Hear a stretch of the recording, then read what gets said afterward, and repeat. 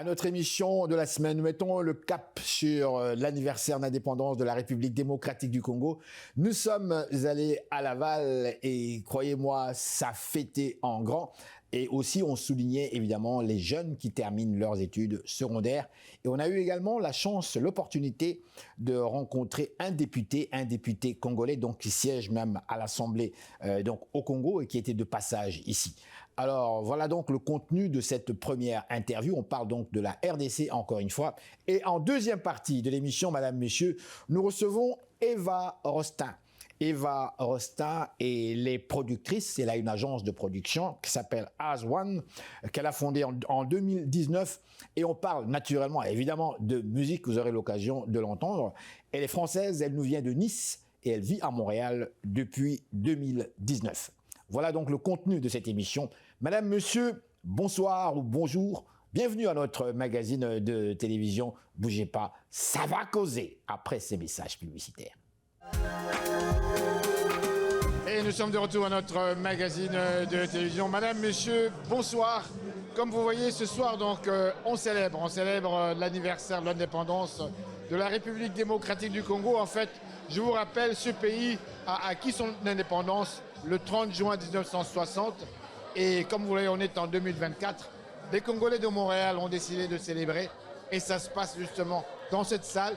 Vous aurez l'occasion d'entendre, évidemment, la présidente de la communauté congolaise de Montréal, ainsi que d'autres personnalités qui vont s'exprimer justement sur cette soirée dont le thème est, en fait, on parle ici ensemble pour l'excellence. Donc, la soirée de la communauté congolaise de Montréal. On parle bien sûr de l'indépendance qui a eu lieu le 30 juin 1960.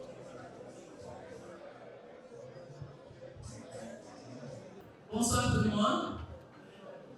La COCOM est vraiment heureuse de vous voir tous ici réunis, nombreux.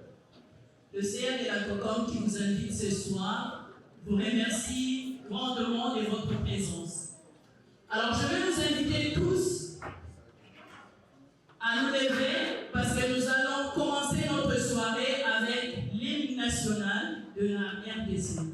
Unis dans l'effort pour l'indépendance, dressons nos fronts, longtemps courbés, et pour de bon, prenons le plus bel élan, dans la paix au peuple ardent. Par le labeur, nous bâtirons un pays plus beau qu'avant, dans la paix, citoyens. Bonsoir Madame la Présidente, j'aimerais connaître vos commentaires. Tout d'abord, nous célébrons l'indépendance même de... En fait, on souligne la fête de l'indépendance de la République démocratique du Congo. Vous êtes notre leader ici à Montréal. Vos commentaires par rapport à ce moment particulier et surtout, je souligne, avec la situation actuelle que vit la République démocratique du Congo. Merci beaucoup Henri, merci à ICTV d'être là. Nous célébrons effectivement le 64e anniversaire de l'indépendance de la République démocratique du Congo. C'est un moment particulier, un moment fort pour nous, parce que ça nous permet de nous souvenir de notre pays d'origine, ici dans notre terre d'accueil à Montréal, au Québec. C'est une soirée, comme vous voyez, il y a plein de Montréalaises et Montréalais qui ont répondu à l'appel.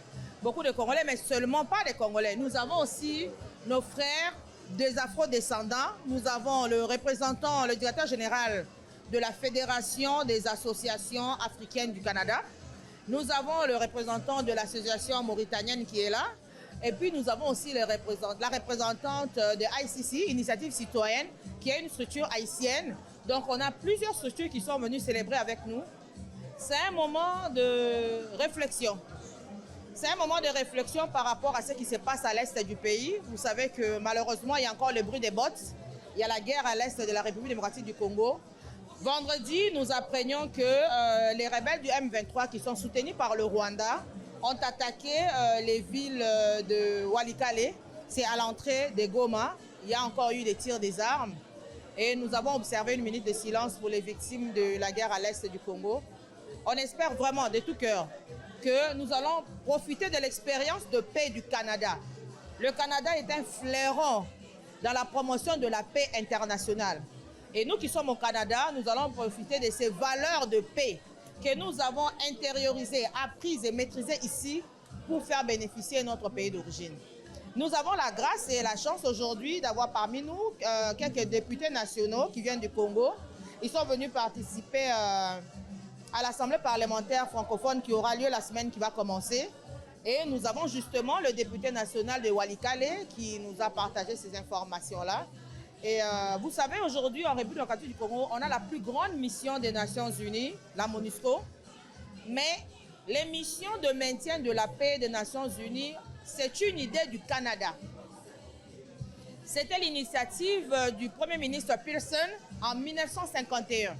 C'est le Canada qui a dit pour la première fois que l'ONU ne peut pas se promener, juste observer. Quand la paix est menacée, les Nations Unies doivent intervenir pour maintenir la paix. Ce que nous vivons aujourd'hui au Congo, c'est le résultat d'une initiative canadienne. Donc vous voyez que le Canada et le Congo, en ce qui concerne la paix, nous sommes intimement liés. C'est tout ça que nous commémorons aujourd'hui. Beaucoup ont souffert pour que notre pays soit aujourd'hui indépendant. Moi, je suis fils d'un militaire aussi. À l'âge de 12 ans, mon père était parti dans plusieurs opérations militaires. Et j'ai grandi dans les internats, ceux qui connaissent le Congo, à Boma, Kisangani. J'ai parcouru presque tous les internats du Congo. Mon père nous laissait y partir 2-3 ans. Mais c'était pour que le Congo soit aujourd'hui uni. Il a combattu pour le Congo. Et moi aussi, j'ai suivi ses pas. Voilà, mais aussi, j'ai combattu pour le Congo aussi. Restons unis, que vive la République démocratique du Congo. Merci. Vous dire que j'ai participé, j'ai apporté ma pierre à cette situation qui sévit depuis plus de 30 années. On n'est pas capable de porter des armes comme le Ouazalendo, mais en signant cette pétition, vous allez contribuer à aider nos sœurs, nos frères, de fils et de filles de l'Est de notre pays. Car cette affaire n'est pas l'affaire d'une personne ou encore d'une acquaintance politique. Il s'agit du Congo, la terre dont nous tous nous venons. Particulièrement les Congolais, mais en général aussi les Africains. Je vis ici le président d'une structure africaine, mais il s'agit aussi de toute l'Afrique. Donc je vous prie, mes frères et sœurs, de pouvoir y participer, l'occasion nous est donnée. Alors, sur ces, à vos titres et qualités, je vous souhaite bonne fête d'indépendance. Je reviens autour de ma boss qui m'a envoyé de la représenter ici, Madame Black, mairesse de Montréal-Nord, qui est très heureuse que je la représente ici ce soir. En ces mots, elle dit, très chère Congolaises et Congolais de Montréal, c'est avec un immense plaisir. C'est avec un immense plaisir que je me joins à vous aujourd'hui pour célébrer le 64e anniversaire d'indépendance de la République démocratique du Congo.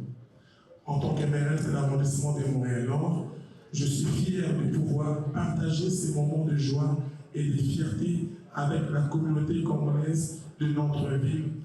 Votre culture, vos traditions, votre histoire font partie intégrante de la richesse de l'arrondissement. Donc, une bonne fête d'indépendance. Il y a plusieurs personnes qui ont travaillé fort à la sueur de leur front pour que nous en soyons où nous sommes aujourd'hui. Il y a énormément de travail à faire, mais on pourra le faire seulement si nous sommes solidaires, vraiment envers nous. Donc, merci. Bonne fête de l'indépendance et continuons à travailler pour faire avancer. Félicitations. Écoutez, je veux parler votre langage ce soir pour vous partager mes conseils. Donc, cette année, maintenant, vous avez terminé votre année académique et que vous entamez votre prochain défi. Il faut savoir que la première chose qui est out, c'est de parler en mal de nous-mêmes.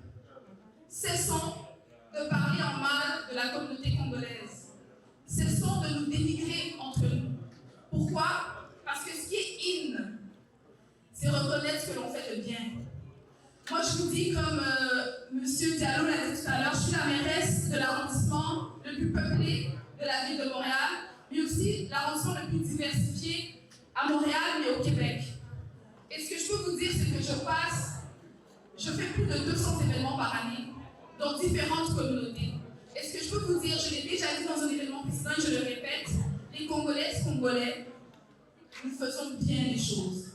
Ça va bien, comme on dit ici.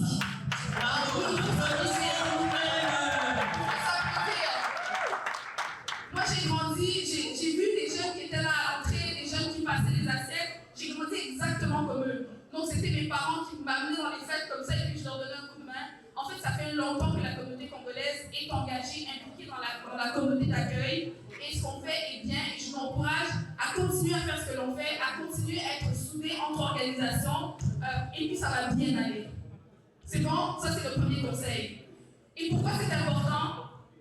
C'est parce que c'est important pour nos jeunes. C'est important que nos jeunes comprennent qu'il n'y a pas que les autres, il n'y a pas que les communautés grecques, portugaises, italiennes, etc., qui font bien les choses au Québec.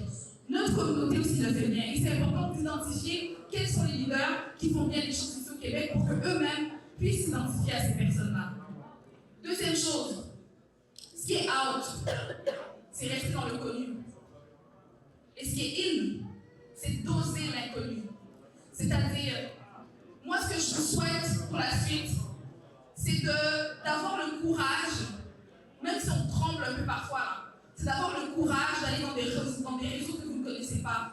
Les réseaux comme ici, peut-être que vous les connaissez. Sortez. Sortez aussi découvrir ce que font les autres communautés. Sortez découvrir ce que fait la Jeune Chambre de commerce de Montréal. Sortez découvrir ce que fait une organisation comme Force Jeunesse. Sortez et allez finalement dans des secteurs où peut-être que vous ne vous sentirez pas à l'aise. Mais au final, vous allez développer des connaissances et des amitiés dont vous allez vous servir pendant plusieurs décennies par la suite. Donc, merci beaucoup de m'accueillir aujourd'hui. Maggie, merci pour l'invitation. J'étais très heureuse d'avoir une présidente de la COCOM femme. Et je vois comment tu sors le fouet que tu gères de toi, comme une vraie maman. Merci beaucoup pour l'invitation.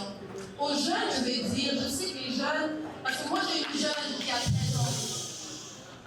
J'ai une jeune ado qui a 13 ans, qui a commencé le secondaire. Elle va avoir 14 ans dans 7 mois.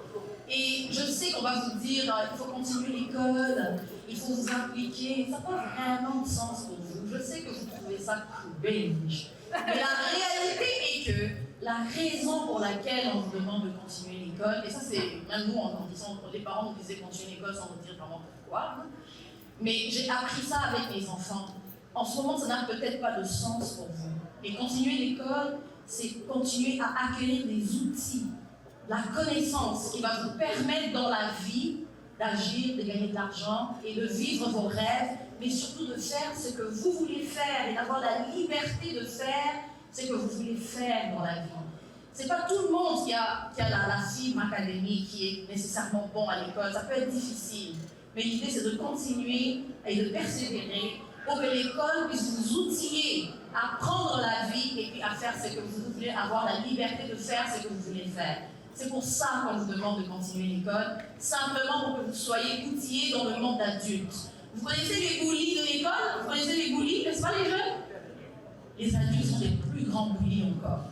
Donc pour être en mesure de gérer ça, c'est de continuer l'école et acquérir tout ce qu'il faut pour que vous soyez en mesure de gérer ça. C'est pour ça qu'on vous demande de continuer l'école. Et moi, je l'ai appris après avoir quitté la maison de maman. Parce que quand on est à la maison des parents nous nourrissent, ils s'occupent de nous, on n'a pas l'impression qu'on aura besoin de s'occuper de soi.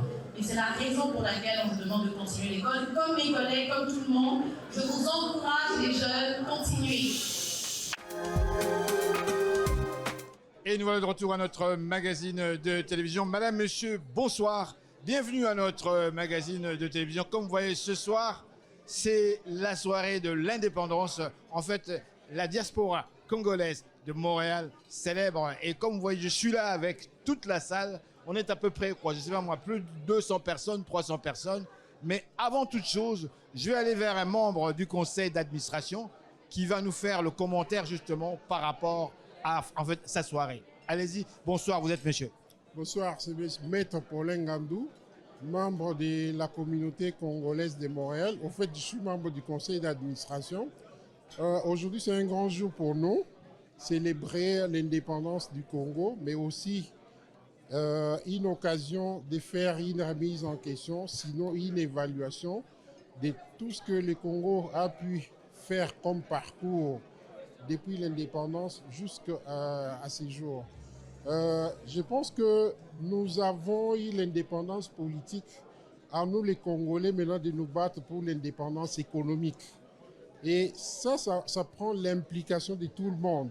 C'est pourquoi nous avons tenu aujourd'hui à souligner cette journée d'une manière exceptionnelle, mais aussi associer nos jeunes pour qu'ils puissent comprendre, quand bien même ils vivent à l'étranger, mais qu'ils puissent comprendre c'est quoi les enjeux si nous devons prendre possession, prendre notre place au niveau de notre pays d'accueil et aussi au niveau de notre pays d'origine.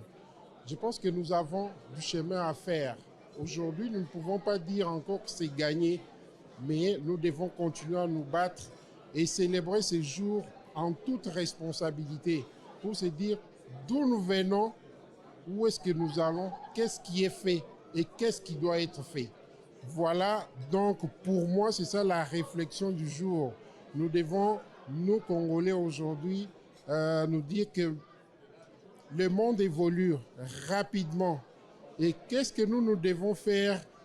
Célébrer, oui, c'est bien, mais ces célébrations doivent être l'occasion de donner un message pour les générations futures.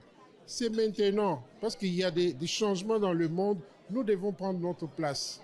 Et nous encourageons les autorités pour qu'il y ait la paix au Congo, qu'il y ait le progrès économique, qu'il y ait l'alternance et qu'il y ait la démocratie. Voilà pour moi la réflexion du jour. Merci beaucoup à ICTV de continuer à soutenir les communautés. Merci à vous d'être là. Merci à Savoir Causer. Merci à tous ceux qui ont participé à la soirée. Et nous sommes fiers et nous continuons la célébration. Comme je vous ai dit, on a une pensée pour nos compatriotes qui ont été encore brutalisés vendredi dernier à Walikale. Nous avons une pensée pieuse pour eux. Et nous encourageons nos jeunes. Nous encourageons nos jeunes à s'impliquer, à prendre leur place. Et voilà, c'est ce que je peux dire comme mot de la fin. Une grande communauté pour une grande ville métropolitaine comme Montréal. Merci. Voilà, c'est honorable professeur Willy Michiki Bouini. Je suis député national élu de la circonscription de Walikale dans la province du Nord Kivu, qui est aujourd'hui à l'état de guerre de la République démocratique du Congo. Je suis aussi ministre honoraire, 8 fois membre du gouvernement, et je suis le président d'un regroupement politique qui s'appelle Action Politique Nationale, qui a des ministres dans le gouvernement actuel. Je me trouve actuellement ici à Montréal pour des raisons privées, mais aussi je vais rejoindre l'équipe de mes collègues qui viennent pour les réunions de APF, Assemblée plénière de la francophonie, qui vont commencer du 5 au 10 juillet de cette année. Alors, on a tous une question qui était en fait pour vous. Qu'est-ce que ça représente cette fête? Nous sommes ensemble, réunis avec la diaspora congolaise. Qu'est-ce que cette journée de l'indépendance a? Pour nous, c'est une journée très importante. D'abord, vous savez, ça fait 64 ans que nous sommes devenus indépendants. Mais la vraie indépendance, c'est d'abord l'indépendance économique. On a obtenu l'indépendance politique. Et là, nous remercions le Canada qui nous a beaucoup accompagnés depuis les premiers jours qu'on a accédé à l'indépendance. Et si aujourd'hui, nous avons la mission onusienne au Congo, à l'époque Monique, le Canada est le précurseur. Et nous saluons les efforts du gouvernement canadien qui n'a jamais cessé d'être là pour soutenir les peuples congolais pendant les moments difficiles. C'est pour...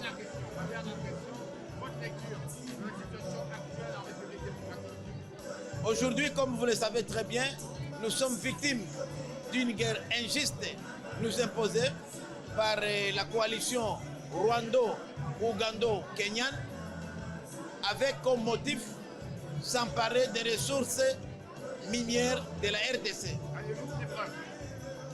Pardon? Bien sûr, nous avons des preuves au moment où nous parlons. Les militaires rwandais, l'armée officielle, ROF, l'armée officielle rwandaise, l'APR, se trouve dans la plus grande mine de coltan massif à Rubaya. Aujourd'hui, l'armée rwandaise est en train de produire le pyrochlore.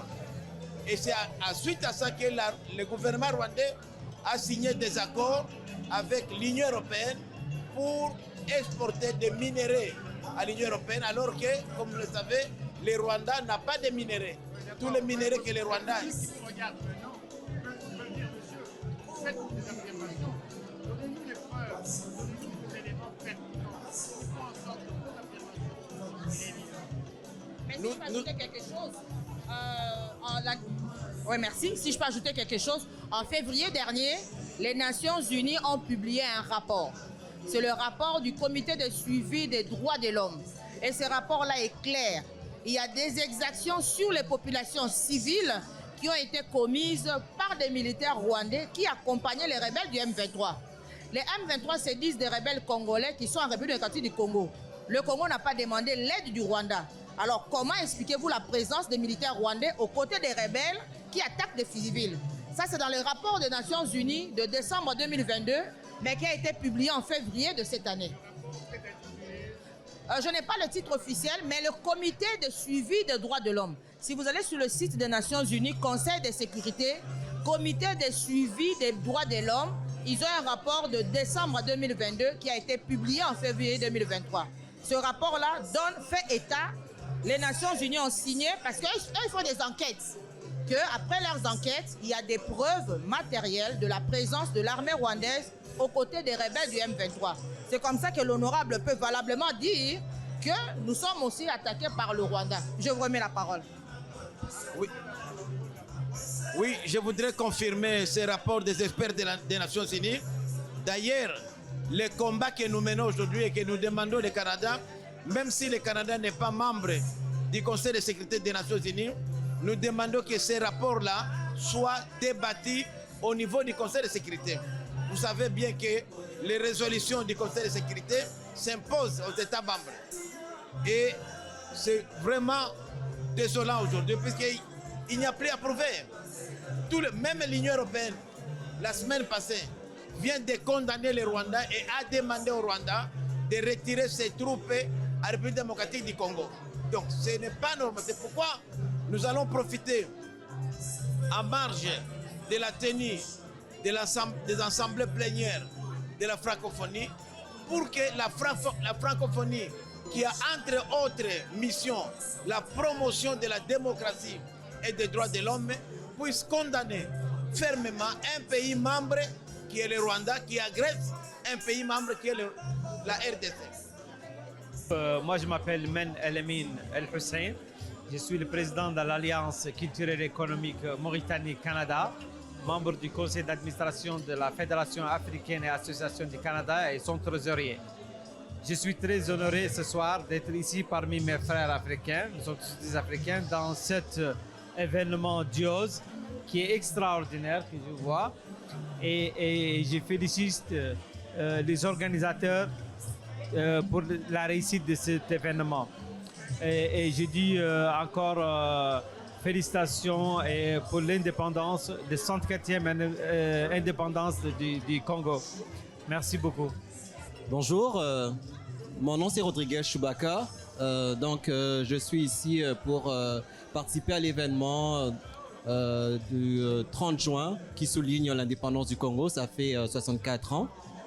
Et mes impressions pour l'événement, je suis vraiment très ravi d'être ici, d'échanger avec nos compatriotes congolais ici de Montréal, ainsi que de différentes personnalités et invités qui viennent de différentes communautés. Je suis ici également en tant qu'invité comme directeur général du Centre culturel congolais de Montréal. Notre organisme est un centre qui intervient et qui a pour mission de faire la promotion de la culture congolaise ici à Montréal. Nous effectuons des ateliers, des conférences, des festivals et différentes activités culturelles pour permettre à la culture congolaise de Montréal de pouvoir être connue du public et également de faire rayonner la culture montréalaise ici à Montréal. Merci beaucoup. Je me présente, mon nom c'est Tierno Suleiman Diallo. Je suis le directeur général de la Fédération africaine et association du Canada. Je suis venu ici à l'invitation de Maître Magui, qui est la présidente de l'association de la COCOM, pour venir fêter et célébrer ensemble le 64e anniversaire de l'indépendance de la République démocratique du Congo. Donc, Maître Magui est un partenaire et je suis là au nom de notre association, au nom de notre conseil d'administration. Et je suis d'ailleurs accompagné, comme je l'avais dit dans mon allocution tantôt, de M. Mene Elemen El Hussein, qui est par ailleurs le trésorier de la fédération, mais aussi président de l'Alliance culturelle et économique de Canada-Mauritanie. Donc voilà, mon impression par rapport à l'organisation d'aujourd'hui, c'est que ça a été vraiment une réussite. Je dis bravo à la communauté congolaise, bravo pour cette belle réussite et bravo aux organisateurs. Je vous remercie. C'est une occasion pour moi de remercier la communauté canadienne qui a pensé à organiser cette cérémonie dans le cadre de l'indépendance. Et nous sommes conviviales avec tout le monde que cette date de l'indépendance, la 64e année, c'est pour nous une journée, une occasion de méditation pour ces 64 ans de dépendance où nous sentons qu'il n'y a vraiment pas d'avancée significative, alors que dans les autres pays, nous voyons une avancée très significative. Et nous, en tant que Congolais, nous sommes là en train de méditer sur les volets que doit prendre le pays en ces 64e années pour que tout remonte, tout soit de nouveau et que ça soit un moyen pour nous de relancer la République démocratique du Congo. Et voilà. Merci pour l'occasion. 64 ans d'indépendance, ça veut dire une certaine maturité. Nous la célébrons tout en ayant en conscience que nous avons encore beaucoup à faire. En 64 ans, nous n'avons pas atteint l'objectif, mais je demande à tout le monde de prendre ces 64 ans d'indépendance, de le rendre réel.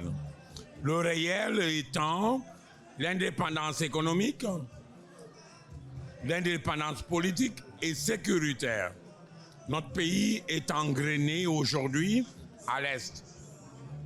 Je crois qu'il est plus qu'important pour que tous, on se dise, il est temps, assez, c'est assez. Nous le célébrons, mais avec un pincement de cœur. Mais j'aimerais quand même souhaiter à tout le monde, chaque Congolais, j'en suis un, de père et de mère, un joyeux moment, pas d'indépendance, mais de conscientisation. Nous devrons prendre cette indépendance quand on aura l'indépendance économique. Merci beaucoup.